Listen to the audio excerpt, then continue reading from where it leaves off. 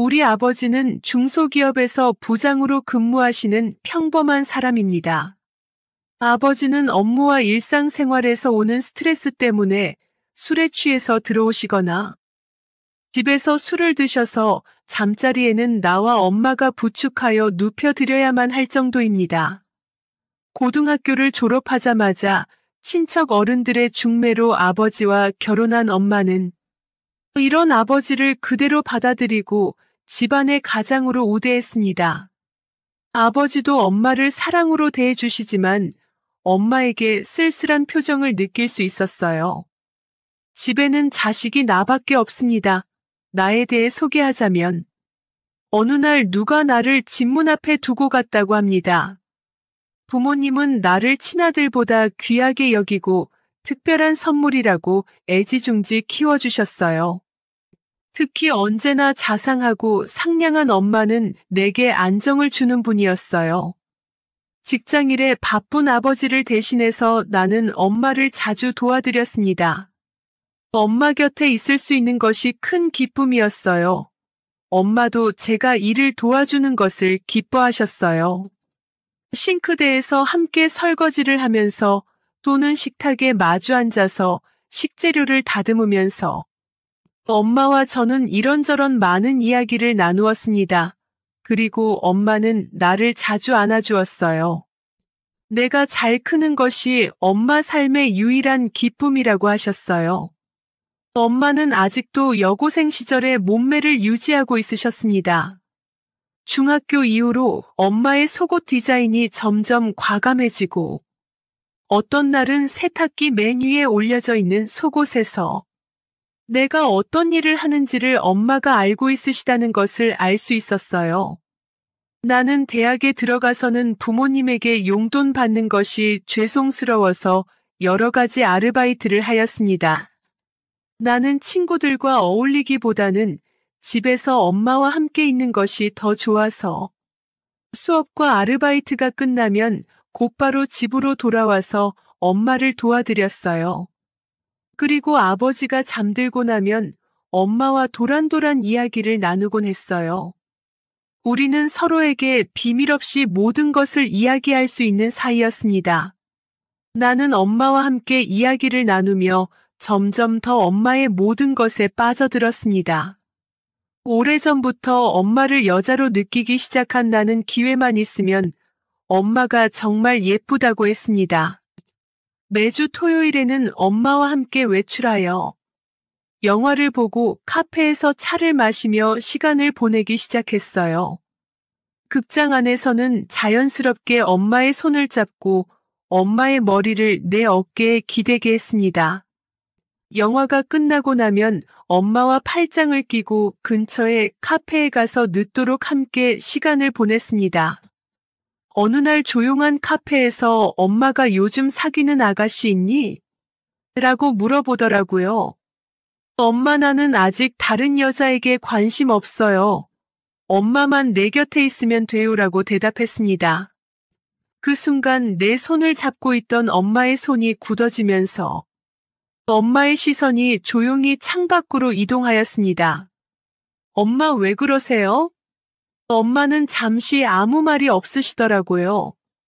이미 내뱉은 말은 다시 담을 수는 없는 일이었어요. 일이 이렇게 된 이상 다른 기회를 기다릴 수 없다는 생각에 엄마 죄송해요. 중학교 때부터 엄마를 원하는 제 마음을 알아주세요라고 말했습니다.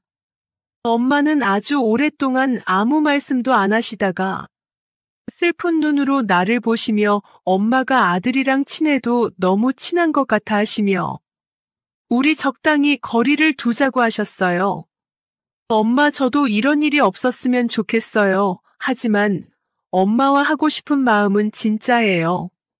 제발 제 마음을 조금이라도 생각해 주시겠어요? 하고 말을 했습니다. 엄마는 아무 말이 없이 조용히 눈물을 흘리기 시작했어요. 나는 엄마 옆으로 자리를 옮겨서 들썩이는 엄마의 등을 토닥여 주었어요. 엄마가 우리 그만 집에 가자 그러고는 분위기가 많이 차가워졌어요. 엄마에게 내 마음이 진심이라고 아무리 간곡히 말해도 엄마는 내 성의를 거절하며 내 또래의 여자들과 어울리라고 하셨습니다. 엄마가 이렇게 말할 때마다 엄마도 마음이 좋지 않다는 것이 엄마의 얼굴에 쓰여 있었어요. 이렇게 하기를 한 달 정도 지난 후 아버지도 무언가 이상하다는 것을 느끼시고 엄마에게 왜 나와 주말 나들이를 하지 않느냐고 물으셨어요. 엄마는 아버지에게 당신하고 같이 나들이 가고 싶어요 라고 하셨어요. 그렇게 말하는 엄마에게 아버지는 술이 취한 채로 당신도 잘 알잖아. 일주일 내내 일하고 주말에 쉬는 게 낙이라는 걸 하며 잠이 들었어요. 그 다음 화요일에 엄마에게 조심스럽게 토요일에 데이트하자고 청하였더니 엄마는 조용히 고개를 끄덕이며 내 초대를 받아들이셨어요. 엄마의 숨소리가 느껴졌습니다. 엄마가 드디어 내 마음을 받아들였다는 것을 느끼고 나는 엄마의 눈동자를 바라보며 나지막하게 엄마와 하고 싶어요 라고 말하였습니다. 그 후 아버지가 없을 때에 우리는 즐거운 관계를 나누었습니다. 그리고 다음날 엄마와 저는 영화관에서 영화를 봤습니다. 영화가 끝난 다음에는 엄마의 팔짱을 끼고 평상시와 마찬가지로 조용한 카페에 갔어요. 초겨울답지 않게 아주 상쾌한 주말 저녁이었습니다. 엄마는 내 눈을 쳐다보며 고맙다라고 하셨어요. 나는 엄마의 시선을 마주보며 엄마 오늘 이렇게 정장을 입으니 너무 예뻐요 라고 했습니다. 엄마는 내가 엄마를 유혹하는구나 라며 미소를 지었습니다. 나는 엄마를 보면서 예 하고는 이제 마음의 준비를 하세요라고 말을 했습니다. 엄마는 깜짝 놀라 고개를 드시더니 내가 너를 가슴으로 낳은 엄마라는 걸 잊지 마라. 엄마 제발 저에게도 엄마를 행복하게 할 기회를 주세요. 엄마는 한참 동안 말이 없어지더니 조용히 말했습니다. 우리 후회할 일을 만들기 전에 그만 돌아가자고 하더군요. 엄마 죄송해요 하지만 엄마와 하고 싶은 마음을 더 이상 어쩔 수가 없어요. 이 엄마가 그리도 예뻐 보이니? 예, 이 세상에서 엄마보다 예쁜 사람을 본 적이 없어요라고 하였습니다. 엄마는 나를 받아들이기 시작하였다는 것을 느꼈습니다. 엄마는 갑자기 늦었다 그만 돌아가자고 하셨어요. 집으로 돌아오는 차 안에서 엄마는 내 손을 가볍게 잡은 채 입가에 가벼운 미소를 머금고 있었어요. 집에 거의 다 왔을 때 인적이 거의 없는 아파트 단지 밑에 차를 세우고는 엄마를 안았습니다. 아, 이러면 안 돼 하면서 자기도 모르게 신음소리를 내더니 빨리 집에 가자고 하셨습니다. 집에 도착하니 안방에서 취한 아버지의 코 고는 소리 외에는 조용하였습니다. 현관문을 닫고 엄마 우리 같이 있어요라고 했습니다. 엄마 제 방으로 가서 문을 잠그면 되잖아요. 아버지는 술 때문에 엄마가 돌아왔는지 모르실 거예요. 엄마는 잠시 아무 말이 없으시더니 고개를 끄덕여 내 말에 동의하고는 방에서 기다리렴 먼저 아버지를 살펴보고라고 하셨어요. 내 방에서 서성거리며 있는데 방문이 조용히 열리며 엄마가 들어오셨어요. 엄마는 문을 잠그자마자 우리 이러면 안 돼, 이러면 안 돼라고 하셨습니다. 엄마 걱정 마세요. 아무도 알 수 없을 거예요. 하며 엄마를 안심시켜드리고 엄마를 눕혔습니다. 처음에는 놀라움이 가득 찬 눈으로 올려다보던 엄마는 곧 몸을 풀면서 눈을 감았어요. 엄마가 드디어 나에게 가장 소중한 것을 허락하였습니다. 엄마는 두려워하면서도 모두 내게 맡긴 채 다리가 살며시 벌어져 있었어요.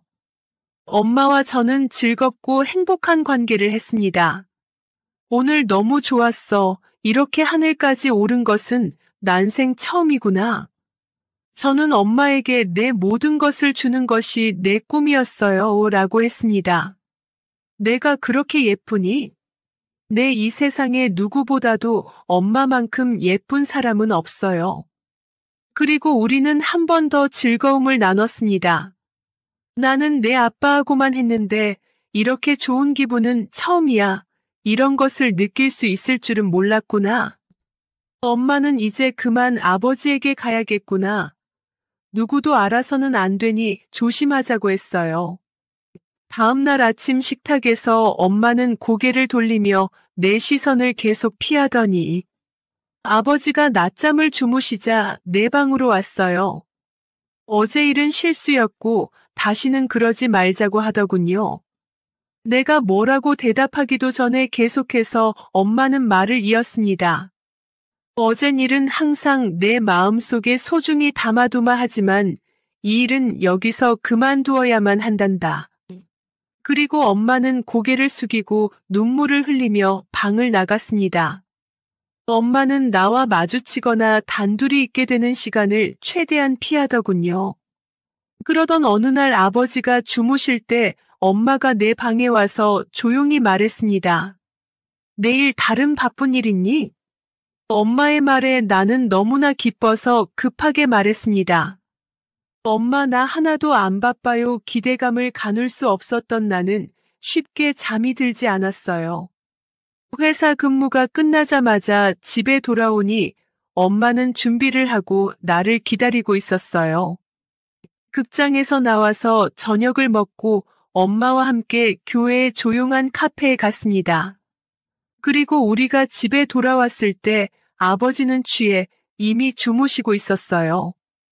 나는 말을 하지 않았는데도 방에서 기다리렴 우선 아버지를 살펴보고 엄마가 방문을 잠그고 들었을 때는 나는 준비를 다 하고 있었어요. 엄마와 저는 오랜만에 뜨겁고 즐거운 관계를 나눴습니다. 엄마가 이렇게 말했어요. 너무 좋았어. 저는 엄마 이제 마음을 바꾼 거예요? 얘야 너에게 모진 말을 한 후에 마음이 너무 힘들었단다. 너와 하고 싶었지만 참을 수 있을 거라고 여겼는데 라고 하시며 이 엄마를 평생 행복하게 해주겠니? 나는 엄마에게서 나온 말에 너무 놀랐어요. 다른 사람이 우리 사이를 모르게 해야 한단다. 누가 알게 되면 큰일이 날 거야. 네, 엄마 나도 잘 알아요. 우리는 다시 즐거운 관계를 했습니다. 그 다음 주 목요일에 아버지는 중국 공장에 3주간 출장을 가실 예정이었습니다. 아버지가 중국으로 출국하고 토요일 오후에 회사 일 끝나자마자 집으로 왔습니다. 집에 돌아오니 엄마는 조용하게 먼저 씻고 올게 하고 말했습니다.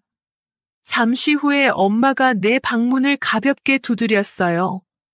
문을 여니 새로 화장을 하고 한복을 곱게 입은 엄마는 고개를 살짝 숙이며 말했어요. 여보 이제 나오세요? 엄마의 손에 이끌려 식탁에 앉은 나에게 엄마가 옆에 앉아서 두 손으로 샴페인을 따랐어요. 술을 전혀 먹지 않는 엄마를 따뜻하게 쳐다보았어요. 엄마는 고개를 가볍게 끄덕였습니다. 그날 우리는 황홀하고 즐거운 시간에 여행을 했습니다. 우리는 여행을 2번 더 하고 잠이 들었습니다. 그리고 한 달 후 아버지는 중국 공장의 책임자로 발령을 받아서 중국으로 떠나는 날 엄마를 나에게 맡기고 중국으로 가셨습니다. 그 후 우리는 꿈속에서 사는 것 같았습니다. 오늘의 사연 시작합니다. 안녕하세요. 제가 몇 년 전에 군대 다녀오고 나서 겪은 이야기인데 한번 써보도록 하겠습니다. 저는 군대 전역 후 복학하기 전에 시간 여유도 많았고 대학 등록금이라도 보탤 겸 아르바이트를 구하려고 했는데 이미 아르바이트생을 다 구했다고 하더라고요. 어디 할 만한 곳 없나 찾던 중 아는 형 소개로 대리운전을 시작했습니다. 군대에서 1호차 운전병으로 근무를 했었기 때문에 운전에는 나름 자신도 있었습니다. 1호차 운전병이라는 게 아시다시피 대대장이 타는 차를 운전해야 했기 때문에 운전 실력도 실력이지만 부드럽게 그리고 대대장님 거슬리지 않게 운전하는 실력도 필요했고 변덕스러운 대대장님과 사모님의 비위도 잘 맞춰야 하는 일이거든요. 그나마 있는 알바라고는 편의점 알바였는데 일하는 시간은 더 많아도 얼마 받지 못하는 편의점보다는 대리운전을 하자 생각을 해서 대리운전을 하기로 했습니다. 친구놈이 예전에 했었던 공장에서 일하자고 했는데 반복적인 일만 11시간 동안 하고 있으려니 이게 할 게 못 되더라고요. 그래서 그거는 이제 못하겠다고 거절을 했고 일도 적성에 맞아야 오래 하는 건데 돌아다니고 사람들 만나서 이야기하는 걸 좋아하는 저로서는 공장보다야 돈을 덜 벌더라도 내가 좋아하고 편한 운전을 해서 돈을 벌자는 생각에 대리운전을 시작했습니다. 나름 적성에도 맞고 제 나이에서 절대 탈 수 없는 외제차들까지 운전해 볼 수 있어서 은근 신나더라고요. 1호차 운전병답게 운전도 스무스하게 잘했고 저보다 나이 많은 어른들에게 비위 맞추는 것도 나름 자신 있었습니다.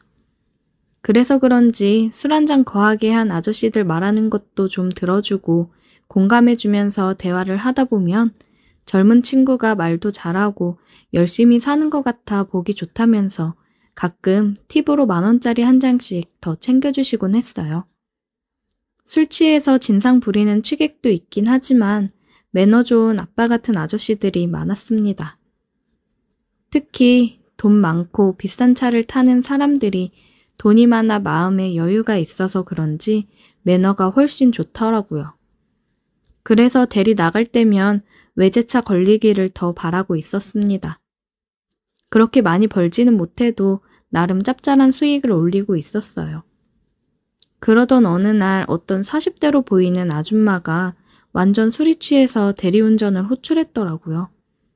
차도 벤츠였고 아줌마 옷차림이나 가방을 보니까 돈이 좀 있는 사람인 것 같았습니다. 술에 취한 아줌마를 뒷좌석에 앉히고 운전석에 앉아 어디로 가면 되냐고 물어봤는데 얼마나 취했는지 어디냐고 아무리 물어봐도 자기 오늘 집에 안 갈 거라고 집 들어가기 싫다는 말만 계속 하더라고요. 자기랑 잠깐 놀아주면 돈을 더 주겠다길래 속으로 땡 잡았다 싶었습니다. 자세히 보니까 외모도 예쁘장하게 생겼고 피부도 좋고 몸매도 군살 하나 없어서 뒤에서 보면 20대라고 해도 믿을 정도였어요. 게다가 차도 벤츠에 돈도 있어 보이겠다. 잘 보이면 팁을 많이 챙겨주지 않을까 싶었어요. 그래서 이건 기회라는 생각에 집에 들어가기 싫으시면 저랑 드라이브나 하실래요? 밤바다 보러 가실까요? 한번 슬쩍 던져본 말에 좋다고 하더라고요. 초저녁 시간이긴 했지만 동해안까지 가는 건 오바라고 생각해서 가까운 서해바다로 출발을 했습니다. 그냥 아무 생각 없이 무작정 서해안 고속도로를 타고 갔어요. 한참 콜이 많을 시간인데 말하는 거 보니 몇 탕 더 뛰는 거보다 많이 챙겨주겠다 싶어서 그런 건 있기로 했습니다. 회사에는 오늘은 이대로 퇴근을 한다고 얘기를 해두고 아줌마의 벤츠를 몰고 신나게 고속도로를 달렸습니다. 내려가다가 아산에 있는 삽교천까지 갔는데 그쪽에 인적이 드물고 경치 좋은 쉼터가 많더라고요. 그쪽에서 쉬면서 근처 카페에서 사온 따뜻한 커피를 마시면서 그새 술이 조금 깬 아줌마랑 대화도 나누고 경치를 바라보면서 있었어요. 처음에는 나름 어색하니까 어색함을 풀어보려고 이런저런 이야기를 하기도 했는데 경치가 워낙 좋아서 경치에 반해 크게 떠들 필요도 없이 좋았습니다.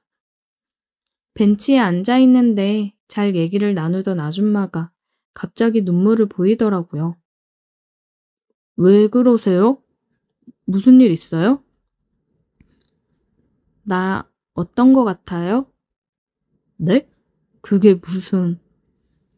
여자로서 어때 보이냐고요? 동안이시고 20대 후반이라고 해도 믿겠는데요? 예쁘세요. 정말요? 근데 우리 남편은 왜 바람이 났을까? 얘기를 들어보니 돈 없는 남편 사랑해서 그거 하나 보고 결혼을 했고 사업해보라고 뒷바라지 다 해줬는데 사업이 잘 돼서 점점 커지다 보니 본인 수중으로 돈이 많이 생겨서 그런지 어린 여자들 만나면서 선물 사주고 바람을 피고 다니나 보더라고요. 내 생일 때도 명품백 한 번 사준 적 없는데 그 어린 여자한테는 만난 지 2달도 안 돼서 명품백을 벌써 3개나 사줬더라고요. 오피스텔도 얻어줬어요. 진짜 나는 뭐 바라는 거 없이 사랑하니까 능력도 없고 돈도 없어서 우리 집 눈치 볼까봐 사업이라도 잘 해보라고 열심히 지원해줬는데 어떻게 내 믿음을 깨고 바람을 필 수가 있어요? 어휴, 그러게요. 이렇게 능력 좋고 예쁜 사모님을 두고 바람을 피다니 정신이 나갔네요. 저 같으면 완전 떠받들고 살 텐데. 내가 여자로서 매력이 너무 없나 봐요. 하긴 나 같아도 20대 초반 여자가 그렇게 애교 부리면서 오는데 그런 여자가 더 좋겠지. 사모님도 충분히 매력 있어요. 그러니까 그런 소리 하지 마세요. 괜찮아요. 괜히 위로해준답시고 나 듣기 좋으라는 말 안 해줘도 됩니다. 진짠데? 사모님 진짜 매력 있어요. 저는 아줌마한테 다가가 입을 맞추었어요. 경치가 너무 아름다워서 그랬을까요? 그냥 그 분위기에 취해 예쁘장한 아줌마가 더 아름다워 보였고 남편의 바람으로 눈물을 흘리는 그녀의 모습을 보니 그냥 위로를 해주고 싶었어요. 그리고 차 안으로 들어와서 속상하다고 이렇게 취할 정도로 술을 많이 마시지 말라고 얘기를 했습니다. 그랬더니 알겠다고 하더라고요. 오늘 고마워요. 덕분에 기분 전환이 많이 된 것 같아요. 마음이 힘들 때 언제든지 불러요. 그렇게 다시 집으로 돌아오고 나서 생각보다 길어졌던 대리운전이 끝났고 그녀는 시간을 너무 많이 뺏은 것 같다며 미안하다고 많은 돈을 주려고 했지만 왠지 받고 싶지 않더라고요. 그래서 괜찮다고 다음에 밥이나 사달라고 했습니다. 그 이후로 몇 번 만나서 밥도 먹었고 그녀는 남편의 바람으로 이혼을 결정했다고 하더라고요. 자기가 사랑했던 사람이 아니라 다른 사람이 되어 있다고요. 이렇게 사는 건 의미가 없다고 생각해서 이별을 택했다고 하더라고요.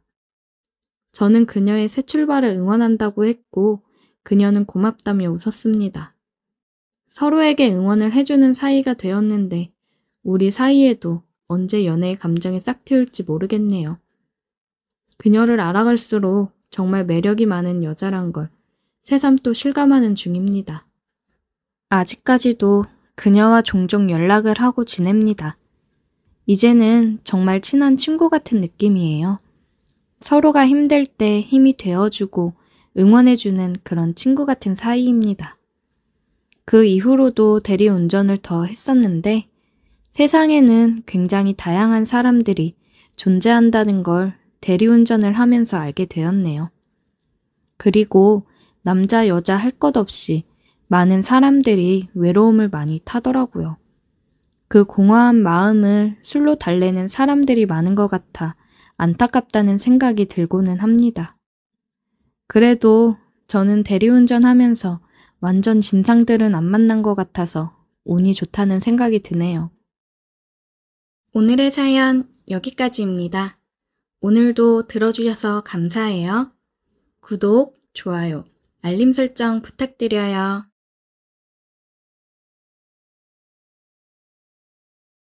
저는 평범하게 나무 공방을 운영하고 있는 30대 중반 유부남입니다.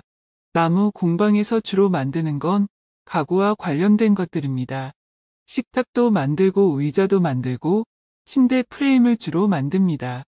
가끔씩 취미로 다른 걸 만들기도 하지만 대부분 나무로 된 가구를 만들고 있고 이렇게 나무와 함께 살게 된 지도 10년 정도가 됐네요.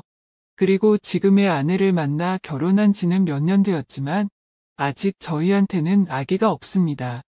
그래서 지금도 연애하는 것처럼 나름 재미있게 살아갈 수 있는 것 같고 아기가 없으니까 여유가 있어서 맛있는 것도 많이 먹으러 다니고 여행도 자주 갈 수 있어서 좋은 것 같아요. 아기가 생기면 아마도 이렇게 연애하듯이 살 수 없을 것 같은데 그나마 다행인 부분이죠. 하지만 몇 달 전에 말 못할 문제가 한 가지 터져버려서 평온했던 제 삶에 큰 고민이 생겼습니다. 최근 캘리포니아에서 유학 생활을 길게 한 막내 처제가 한국에 들어왔는데 막내 처제는 저희 결혼식 때 처음 본 게 전부였습니다. 워낙에 유학 생활을 길게 하기도 했고 학교를 거기서 다녔으니까 당연히 자주 보면서 살 수가 없었죠. 결혼식에만 잠시 왔다가 곧바로 다시 캘리포니아로 돌아갈 정도였으니까 아내한테 얘기는 많이 들었는데 안 보고 살다 보니 얼굴도 가물가물하더라고요. 아무튼 처제는 얼마 전 한국에 들어와서 한동안 처가에 지냈으나 멀리서 왔는데 지방에만 있는 게 불편하다며 무작정 서울로 올라오겠다는 말을 하더라고요. 그래서 당장에 갈 곳이 없는 처제는 저희 집에서 지내기 시작했습니다.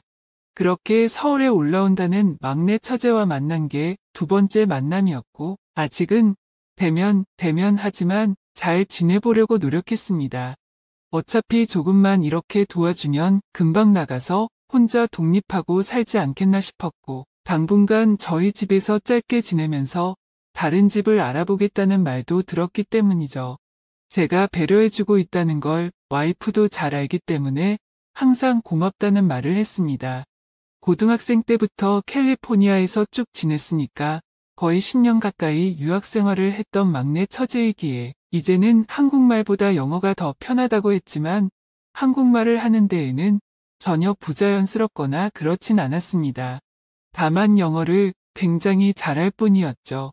하지만 한국말만 잘할 뿐이지 살았던 문화권이 캘리포니아라 그런지 이야기를 하다 보면 외국 사람과 말하는 것 같아서 저도 나름 신기하기도 하고 재미있기도 했습니다.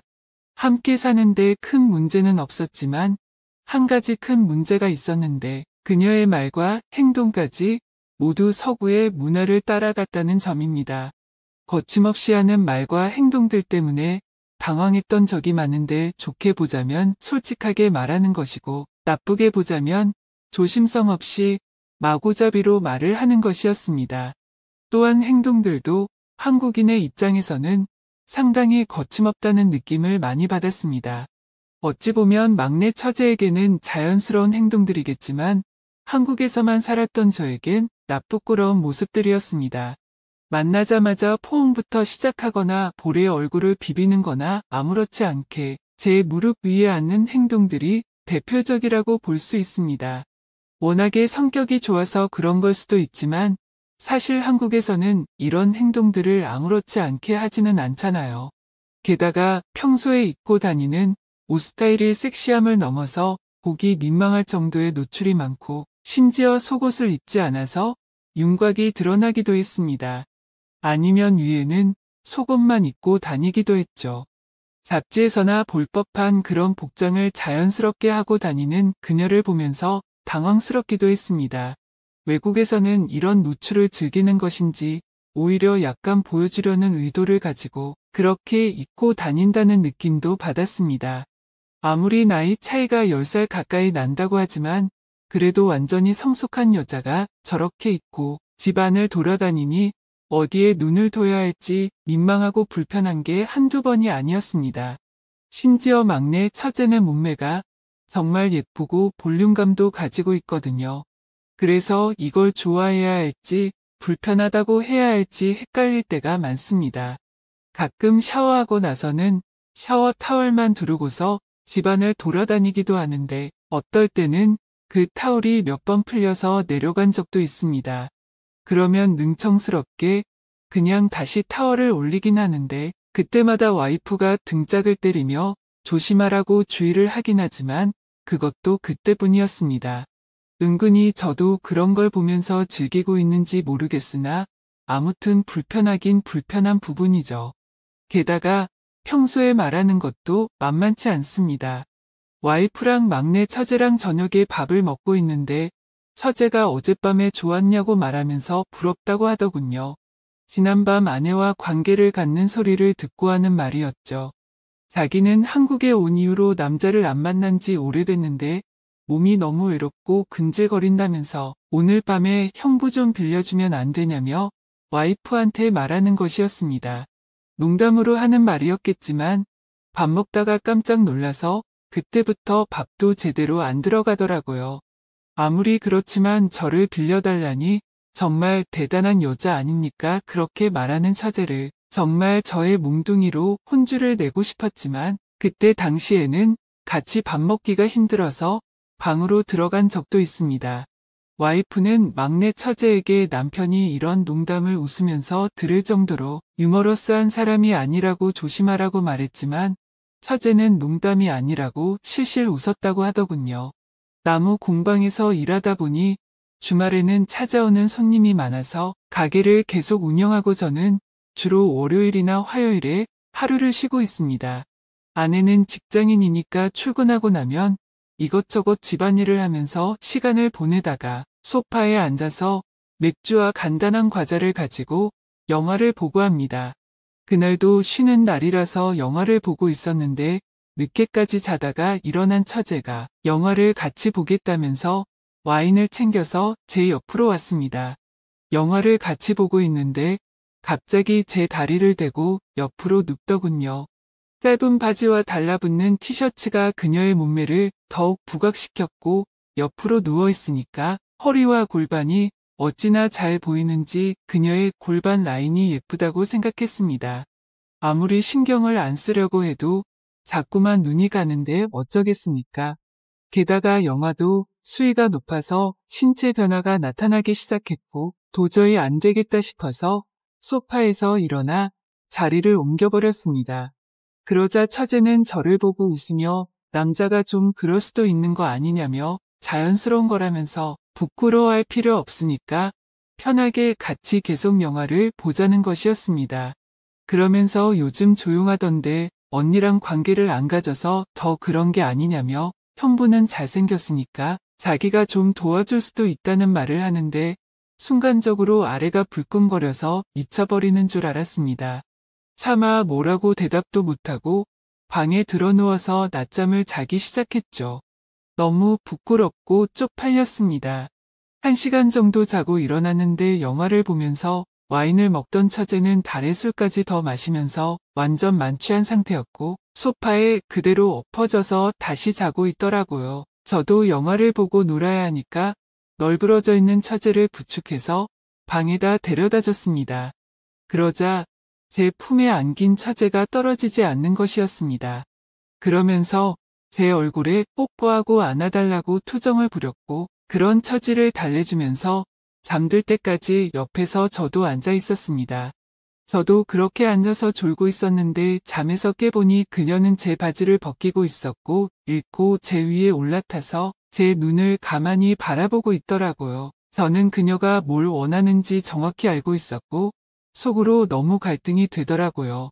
그녀는 이윽고 제 밑으로 내려가 제 것을 쪽쪽거리며 자극하기 시작했고 그동안 너무너무 외롭고 하고 싶었다며 저에게 계속 맛있다는 말을 하더군요. 그렇게 저는 처제와 갑자기 뜨거운 사랑을 나누게 됐고 그녀는 너무나도 만족했다며 샤워하면서 한 번 더 좋게 만들어주겠다며 화장실로 들어오라고 하더라고요. 그 일이 일어난 이후에 처제를 대하는 게 어려워졌지만 처제는 더 거침없이 장난을 빙자한 스킨십을 했습니다. 아내가 이런 모습을 봐도 그저 장난으로만 보고 있었고 가끔씩은 귓속말로 새벽에 자기 방에 놀러 오라고 말하기도 했습니다. 그러면서 형부 쉬는 날에 나랑 밖에서 데이트하자면서 말하기도 했는데 그날은 아예 호텔을 예약하고 사랑을 나눠버렸죠. 저도 남자인지라 섹시하고 어린 여자가 저렇게 유혹하니 별다른 방법이 없더라고요. 아내에게 처제와 있었던 일을 사실대로 말할 수도 없었고 처제의 수위는 날이 갈수록 높아져만 가고 있으니 저는 어떻게 해야 할까요? 저도 예쁘고 몸매 좋은 처제와 이렇게 사랑을 나누고 비밀스럽게 뜨거운 시간을 가진 것 자체는 좋습니다. 어떤 남자가 그 자체를 싫어하겠습니까? 다만 처제는 3개월 뒤에 계약한 집으로 이사를 간다고 하는데 3개월 동안 계속 이렇게 지내다가 진짜 사단이 날 것 같아서 그렇습니다. 제가 능청스럽게 연기를 잘하는 성격도 아니라서 아내가 눈치채지 않을까 싶습니다. 남편과 이혼하기 3년 전쯤에 남편 친구들 2팀과 우리 부부 이렇게 셋쌍의 부부가 설악산으로 2박 3일의 여행을 다녀온 적이 있다. 그때 돌아오는 길에 우린 늦은 저녁으로 소고기와 소주 덕분에 거나하게들 취해서 여행의 마무리로 찾은 곳이 바로 노래방이었다. 모두들 오늘 밤이 여행의 마지막이란 생각에 과한 음주가 원인이 되어 함께 어울린 시간이 되었다. 결국 술이 웬수였다. 여행 다녀온 지 한 달이 지나 그 세 커플이 다시 모였다. 와, 재수씨 오늘 너무 멋지네요? 호호호, 그래요? 고마워요.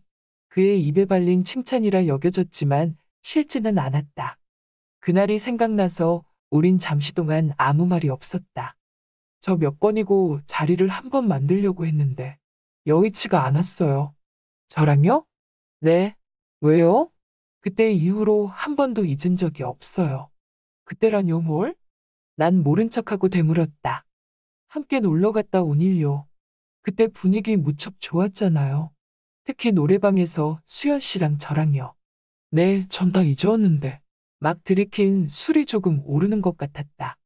진수 씨가 한 잔을 더 들이키더니 안주머니에서 명함 하나를 꺼냈다. 저, 언제 시간 되면 이쪽으로 연락 한번 주세요. 이게 뭐죠? 제 명함이에요. 별 생각은 마시고요. 언제 저희 회사 쪽으로 오실 일 있음 밥이나 함께 하자고요. 진수 씨, 이 명함을 제게 주시는 이유가 뭐죠? 이유는요, 그냥 재수 씨가 가끔 연락하고 지내자는 뜻이죠. 진수 씨 혹시 저 좋아하세요? 갑작스러운 질문에 그가 말을 잃었다. 그리고 나를 빤히 쳐다봤다. 저 좋아하지 않으세요?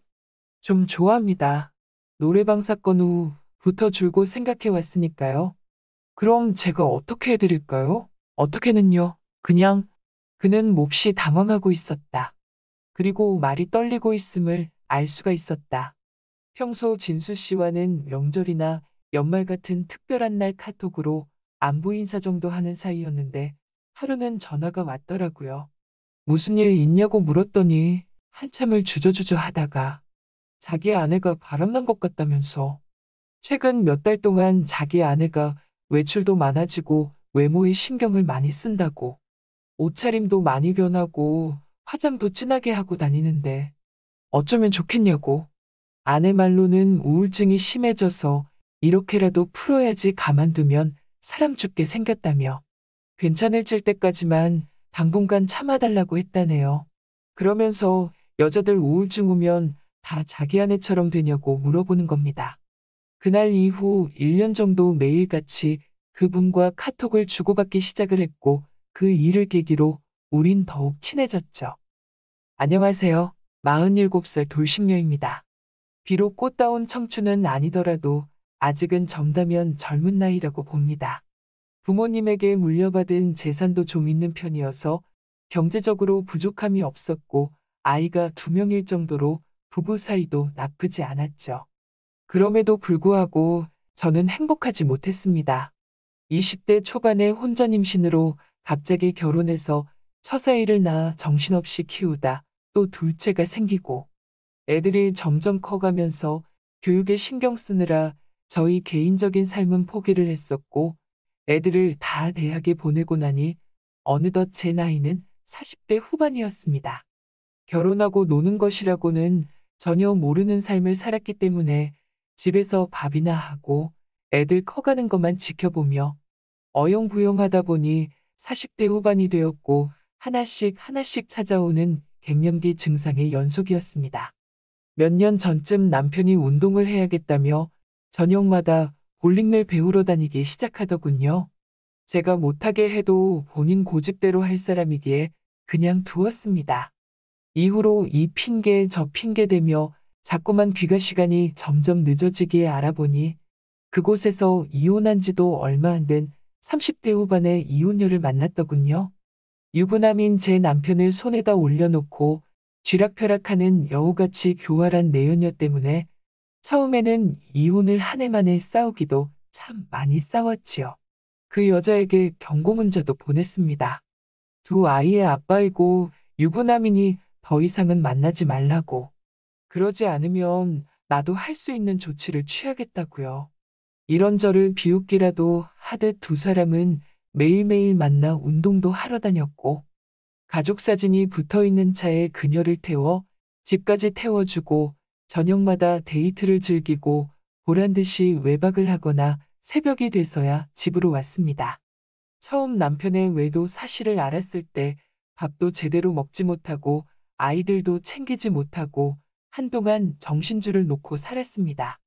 1년 넘게 그런 생활을 하다가 얼마 전에 정식으로 협의 이혼을 했습니다. 그런데 제가 먼저 이혼하자고 한 게 아니고 남편이 먼저 이야기를 꺼냈었습니다. 저한테 너무 미안한데 그 돌싱녀와의 관계를 진작에 끝내고 싶었지만 말처럼 쉽게 되지가 않는다면서 알고 보니 저 몰래 3년 가까이를 만났었다고 하더라고요. 불륜이 발각되고 나서도 이혼만은 절대 안 된다. 헤어지겠다. 그냥 심심해서 만난 것뿐이었다. 다시는 만나지 않겠다. 했던 사람이 계속해서 바람을 피웠다는 거죠. 청천벽력 같은 남편의 말에 정신이 멍했습니다.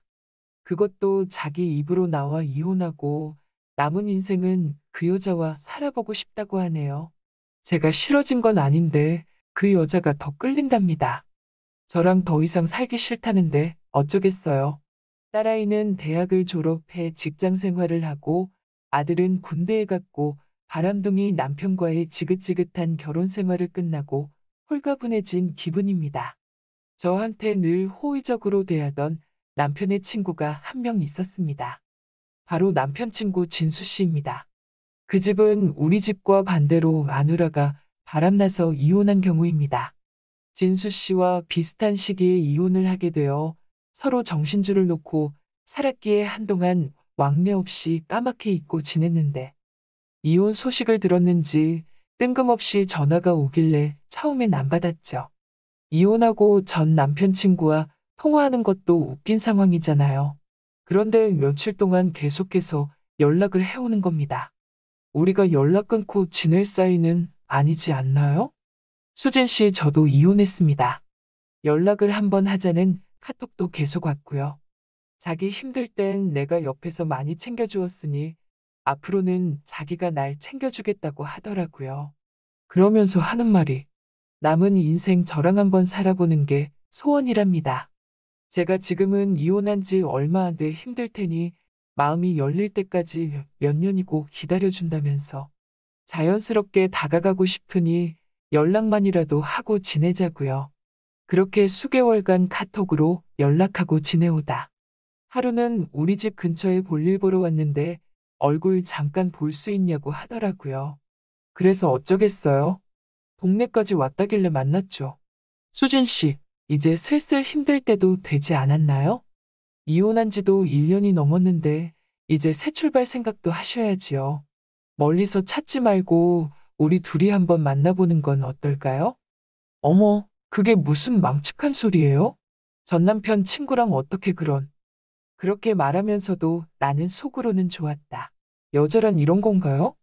괜찮지 않나요? 그냥 헤어진 것도 아니고 둘 다 배우자가 바람나서 이혼한 건데. 그리고 영웅이는 진작에 새 출발했잖아요.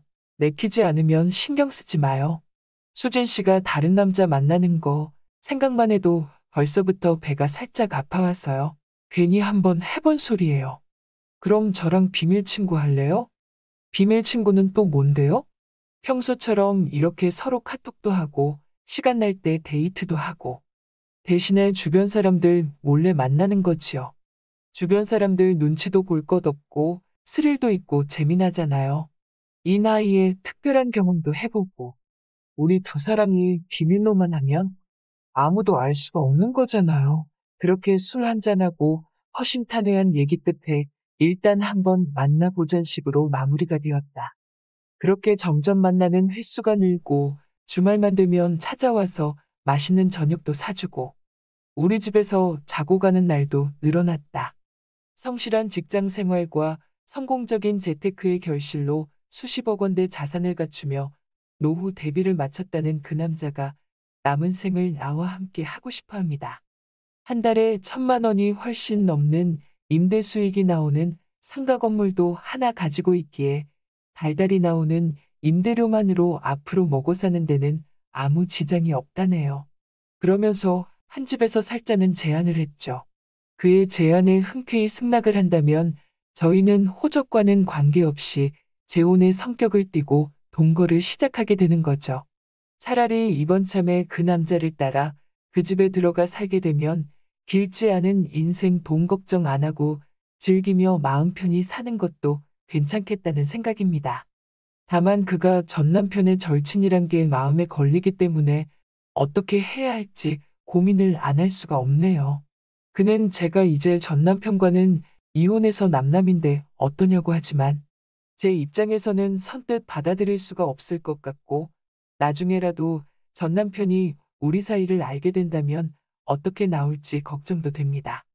그리고 애들도 그 남자가 아빠 친구란 걸 다 아는데 엄마를 어떻게 생각할지 걱정도 되었고요.